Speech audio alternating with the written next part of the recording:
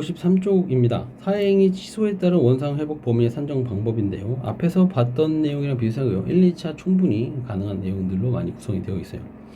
사행위 취소인데요. 자, 저당권이 설정된 부동산이 사행위로 양도가 됐습니다. 그러면 이걸 취소해서 다시 돌려받으면 되죠.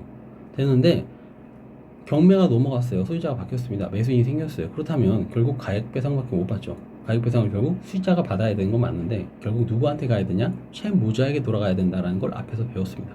됐죠? 그래서 이렇게 배당이 이루어진 경우에는요. 수익자에게 그래서 배당이 일단 이루어졌어요. 그렇다면 사행위 취소에 따른 원상회복의 방법은 어떻게 되느냐라는데요. 두 번째, 원상회복의 범위에 수익자의 채권자가 원상회복하는 도중에 수익자가 돌려줘야 되는 거 맞죠? 근데 수익자의 채권자가 배당 절차에 참여해서요 취득한 배당액 상당이 여기에 또 포함되는지 원상회복의 범위에 포함되는지 여부예요. 되셨죠? 그러니까 수익자가 돈을 받아야 되는데 수익자의 채권자가 배당 절차에 참여해서요 자기가 받아버렸어요. 그러면 원상회복할 때 이 수익자의 채권자가 받아간 것도 원상회복 시켜야 되는지 그 문제가 된다는 거예요. 및 수익자의 채권자가 채무자랑 수익자랑 서로 이제 사회 행위를 한 거잖아요. 그 채무자의 일반 채권자의 지위도 겸한다는 거예요. 수익자의 채권자가야 채무자의 일반 채권자의 지위를 겸한다. 그렇다면 채무자의 일반 채권자의 지위를 겸하니까 채무자에 대해서 채무자가 한 사행위 취소를 할 수 있는 사람이잖아요. 이 사람도. 그러니까 이때 그러면 이 사람한테도 그냥 퉁쳐줘도 되는 거 아니냐라고 하는데 안 되겠죠. 왜? 수익자는 자기가 채권자라는 이유로 채무자에 대한 채권자라는 이유로 상계하고 줄 수 없죠. 안분배당 요구할 수도 없잖아요. 맞죠? 그러니까 일단 채무자 재산으로 다 돌리고 난 뒤에 사행위 취소로 인해서 다 돌리고 난 뒤에 그 다음에 뭐 안분배당을 하든지 가액배상을 하는 거예요. 서로 일단 다 돌리고 난 뒤에 계산을 하는 겁니다. 되셨죠? 그러니까 앞뒤 둘 다 안 된다라는 거예요. 수익자의 채무자로서 배당에 들어가서 돈 받은 것도 원상회복에 들어가야 되는 거예요. 가볼게요. 자, 앞에 부분은 이미 했던 거라 아주 쉬울 겁니다. 저당권이 이미 설정된 부동산이 사행위로 증여가 되었다가 이게 경매로 팔리면서 원상회복이 불가능하게 됐다면요. 거기에 대해서 배당금을 이제 채무자에게 돌려줘야 돼요. 수익자가 원래는 받는데 결국 돌려줘야 되는 거죠. 여기까지는 아까 봤던 내용이에요. 자, 두 번째 문항 가볼게요. 채권자 취소권 행사에 따른 가액배상은요. 결국 사회행위 당시 채무자 일반 채권자들의 공동담보로 되어 있어 사회행위가 성립하는 범위 내의 부동산 가액 전부의 배상을 명하는 것이에요. 무슨 뜻이냐? 이 사람들이 일반 채권자들이죠. 이 사람들이 일반 채권자들인데요. A 부동산이 다 팔려나가면서 채무자의 재산이 이제 없어졌어요. 그럼 사회 취소로 할 수 있죠. 할 수 있는데 그 범위는 뭐냐면 자기네들이 공동담보로 할 수 있었던 부분만 돌려받을 수 있다는 겁니다. 예를 들어서 일반 채권자들이 애초에 뭐보다 적었다? A라는 부동산에 근저당권이 설정되어 있었던 부분보다 뒷순이었어요, 다들. 그렇다면 이 근저당권 A 부동산의 가액에서 근저당권 설정 피담보 채무를 빼버리고 채권 채무를 빼버리고 난 나머지 금액만 공동담보액으로 사회 취소 가액 반환을 받을 수 있다는 얘기잖아요. 그래서 결국 이 얘기니까 이 얘기를 그냥 그렇게 풀어서 하면 된다는 거죠.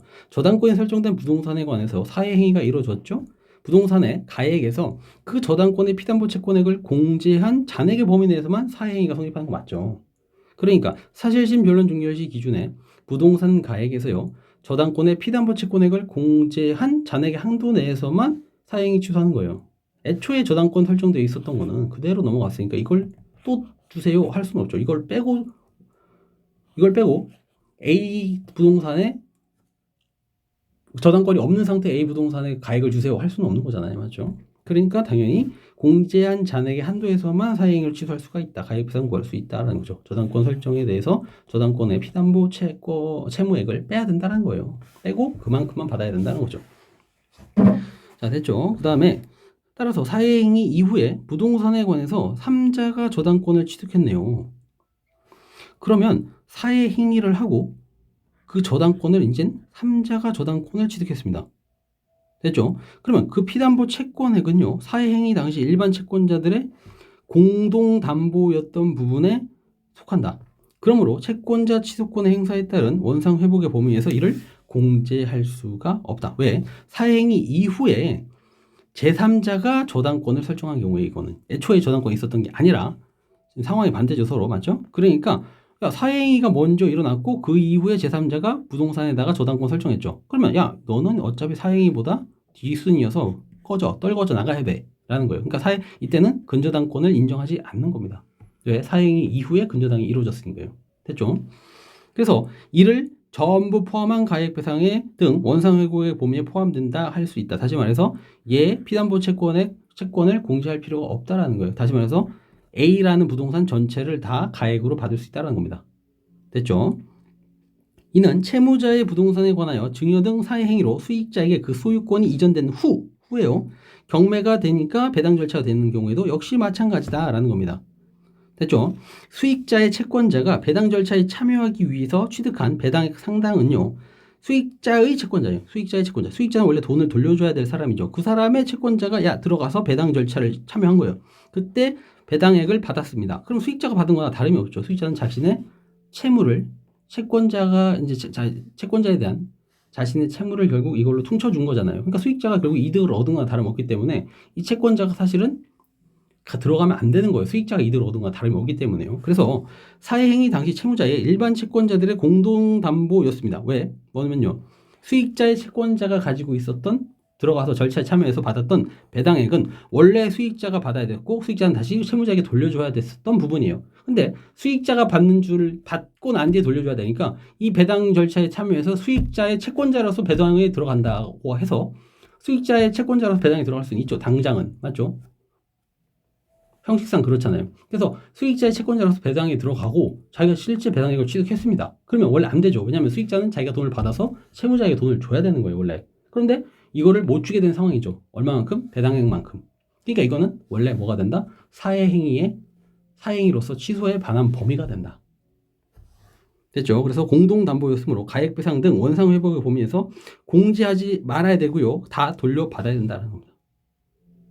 그 다음에 수익자의 채권자가 채무자의 일반 채권자라고 해도 이 사람은 사회 취소를 청구할 수 있는 채무자에게 이 상황이 네가 수익자에게 준 이 사회행위가 취소돼야 돼 라고 주장할 수 있는 채무자의 일반 채권자일 수도 있죠. 수익자의 채권자이면서도 채무자의 일반 채권자일 수도 있더라도 마찬가지로 다 원상회복시켜야 된다는 겁니다. 되셨죠? 네, 여기까지 하도록 하겠습니다.